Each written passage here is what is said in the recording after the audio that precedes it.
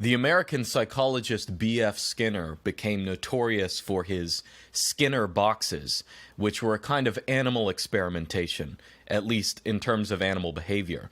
What he would do is take mice or other animals and put them in these kind of boxes with different mechanisms on the inside. There would be lights, levers, switch plates, and other kind of things. And what he would do is program the boxes in such a way that if the mice stood on a lever or pulled something at a certain time, maybe when a light came on or something else, they might receive a reward, they might get food pellets, or they might get an electric shock or something else. The experiments varied and they continued for years and years, but the idea of a Skinner's box is that you can leave an animal in a box by itself. You don't have to actually train it or program it to do this or that or the other. You can actually just design a box that trains it autonomously. So you can leave a mouse in a box overnight, come back, and he will have a very complex set of behaviors that you designed beforehand with your experiment. This is what's called operant conditioning. Sometimes these are called operant conditioning boxes or something else like that. And they were very controversial because Skinner was part of behaviorism, and behaviorists really viewed it as being totally unscientific to even think about psychological traits as being scientifically real, or at least objective. You can't necessarily ask someone about what they think about this, that, or the other. You really can only look at behavior. That's the only true way you can do science. And although he did many of these experiments with animals and stuff like that, the primary direction of all of these experiments was use on humans. Skinner actually wrote a book called Beyond Freedom and Dignity, which is sort of a controversial title, I guess, but it explains his way of looking at the world. His vision was to create a behaviorist utopia where all human behavior is conditioned from stimulus and response, similar to these Skinner's boxes. So, for example, humans, they do good social things by getting reinforced for doing those things, and they're punished if they do something undesirable. Skinner ultimately believed, as the title suggests, that freedom and dignity are just sort of abstractions. They're spooks. They're metaphysical. They're not really the goal of anything in human society. And a social engineer can come and design the society for us and ultimately train people to behave in the way that they expect. This is one of the things that made Skinner and other behaviorists so scientific. They really thought of even looking at the psychological traits of mankind as just being pseudoscience.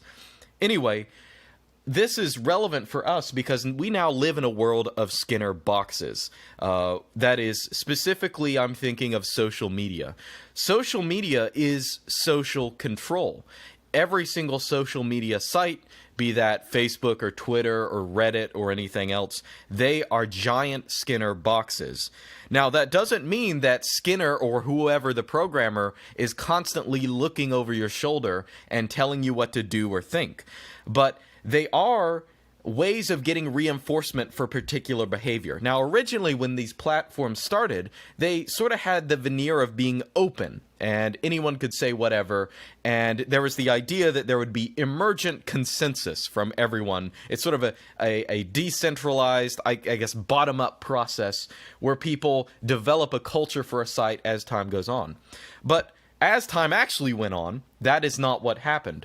The people in control of these sites realized that they could play Skinner. They could play the social engineer. And so what has happened is that you can actually put just a teensy tiny bit of work into a social media site and make it a Skinner box. Make it a giant social experiment where you can program millions and billions of people with very little effort. Social control actually takes very little effort in social media. It's self-regulating. You can actually have the people in the social media treat each other in such a way that reinforces the behavior you want. Now, at a basic level, you can do things like banning. Now, you don't have to ban a large number of people. You just have to ban enough people to create a kind of chilling effect. You have to put in place ambiguous terms of service, which all of these social media companies do. If you get a post banned on YouTube or Twitter, you're usually never even told what it's explicitly banned for. You're just said, this went against our community standards, so we had to delete it. So people are banned for different reasons, and they're left guessing what those reasons are. And there's a chilling effect in terms of people are constantly afraid of getting kicked off these platforms. And over time, what this causes is a kind of giant mass lobotomy. You are telling people what they can and can't think. You're telling them that there are certain things that are forbidden. And once you do that, you can actually expect that those people who are left are going to be reinforcing themselves in the proper behavior that you want. They will give each other likes and comments only in those places that you gradually incentivize them to do. You can decide what hashtags go big. You can decide what videos go big. And although you're not micromanaging every channel, which is something you could do, but although you're not doing that, you can actually have a large degree of control, behavioral control over people. And the best part is they think it's them making the decision. They think it's, I learned this on social media. This is what other people think. This must be the right thing. I don't know that much about it, but I'm going to go along with it because this is the consensus that I see emerging. When in reality, a lot of these consensuses are just contrived. There have actually been a lot of studies you can look out here, and even like news articles on this. I remember a while back there was an article in Forbes about this guy who did the article saying, I just paid $200 for people on the internet to bot a couple Reddit posts, and it's very easy to make things go viral in the right circumstance if you just have just a little bit of money or just a little bit of motivation, and all the rest of the snowballing effect happens naturally in these kind of operant conditioning environments. Like, people want to see particular things. They judge things based on whether they're popular or not. And this is the case in, of course, every social media site. But there are some social media sites like Reddit where everything is consent-based. Everything is social engineering-based. So you can have a lot of control over people's thoughts just by regulating in very specific areas. Now, of course, none of this is old-fashioned stuff because B.F. Skinner talked about it 100 years ago. B.F. Skinner actually has a pretty low reputation because, he said things very bluntly, obviously beyond freedom and dignity. That's a scary thing. But today we actually have exactly the same thing. There is a viewpoint called libertarian paternalism out there. It's popularized primarily by Richard Thaler and Cass Sunstein. Cass Sunstein was actually part of the Obama administration. He was, I think, Office of Information and Regulatory Affairs or something like that.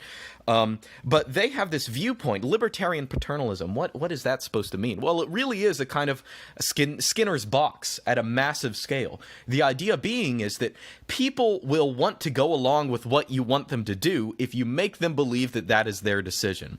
That is, you have all the decisions that someone could make. All you have to do is nudge them away of the things that you don't want. You program them against particular terms. You tell them that that's not a good idea. Or sometimes you just make things difficult and make other things easy. And you can actually have people making the decisions that you want them to make as a social engineer without even, forcing them to do anything. A lot of people think totalitarianism is the government telling you what to think. That's never been how it is. That's never been how it is anywhere. What's a far better method of control is presenting different choices to someone, but present them in a biased way that nudges them in a way that you might like. So when they make that decision, they have the illusion that the decision is there. That's libertarian paternalism. It's basically equivalent to totalitarianism. And all of this, I guess, in the psychology literature is based on what's called the heuristics and biases program.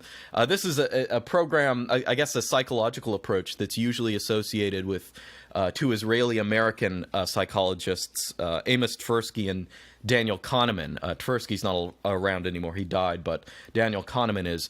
And they popularized this idea that human cognition itself, humans can't even think for themselves. Like they have cognitive glitches. They have cognitive breaks in their brain that need fixing by social engineers, or maybe just better thinking. And it's the obligation of the libertarian paternal government to push people in such a way that they make the decisions that they want. Now, I've actually talked about this viewpoint before, the heuristics and biases viewpoint, the idea that human psychology is broken. I think you can read other people on this. Gerd Gigerenzer is someone I often recommend because he makes the argument, and I think this is a good one, that really these biases are illusions in the first place. It's mostly just these researchers who don't understand human behavior in the experimental environments they put it in. There's the so-called ecological rationality approach, which I usually endorse. But regardless, this is the viewpoint of the social engineers. This is the viewpoint of most academics. Human psychology is broken, and we have to control it in some way. We have to nudge people in a particular direction. It's too condescending to just tell them what to think, but we can use social media companies, we can use the media. We don't have to massively control everything. Just get rid of particular things that people shouldn't be thinking, that we don't want them to think, and incentivize them for doing other things. Create a kind of token economy. Token economy, I don't know if Skinner originally used this term, but it's the idea that people get incentivized for good behavior. Maybe they get in some kind of in some kind of weird camp or mental home, you get incentivized for particular behavior, you get credits. But that's exactly what we already have in social media. We have likes and shares and all of this kind of stuff. All of it is the same kind of social control that purports to be something that is something you're creating. It's actually not. You think that it's yours, but it isn't. So I think a lot of people, when they talk about social media, their gut reaction is to say, I'm worried about Facebook because of privacy. Okay. Now, people will willingly give all of their private information to pretty much whoever. I think that's missing the mark. Privacy itself is not the concern. What the real concern is that your behavior on social media, that is being taken as metadata. And of course, the people who are making these decisions might not even know who you are, but that metadata is being used to create new AIs for really cognitive control of you on these social media platforms. They have new ways of automatic flagging. They're finding new ways to, go into buzzwords to, trigger different hashtags or, make different recommendations to people. All of this is a behavioral system. It's all reinforcing the behavior that the people in control of the system want. That is, and it's not even to say that they are actively conspiring to do this. This is something that will happen if you have a kind of Skinner's box, even if, they just think they're doing it for, their own good or someone else's good or just because they think it's right. This is something that happens. Now, at the end of it, I think there's something very funny that, you often hear in the media nowadays, especially in social media, about we need to be worried about radicalization. Oh, people are becoming radicalized against the system. In reality, it's just the opposite. As someone, I have never really used social media my whole life. I've never had a Facebook or Twitter or Reddit or anything else like that. And as someone outside of that system, it drives you crazy to see that it's really the people in that system who are becoming radicalized. Year in, year out, their behavior is more erratic, but still predictable and controlled. And they're getting to a point where they can be made to believe anything because they're being convinced that so many things are new consensus and they have to go along with it. So it's really the people who are in these systems who are radicalized. Everyone else is just staying put and wondering what's going on to the world around them. But these social media companies and social media sites, even if they're controlled by beneficent people, they're not, but even if they were, they are Skinner's boxes. They are programming you in the same way that a mouse is being programmed to step on a lever or, some kind of stimulus response system. It's the exact same thing. And in fact, it's arguably even worse with humans because we're a lot smarter. Like when we are being programmed against something or for something, or we're being disincentivized to use these words or, all these kind of things, we can rationalize it in our brain. We can try and make sense out of it. And humans are very good at pretending that an idea is their own, pretending that everything is fine and this is their own decision, and this is where this all comes from. So anyway, people are a lot more suggestive than they think, but either way, that's my issue with social media and social control.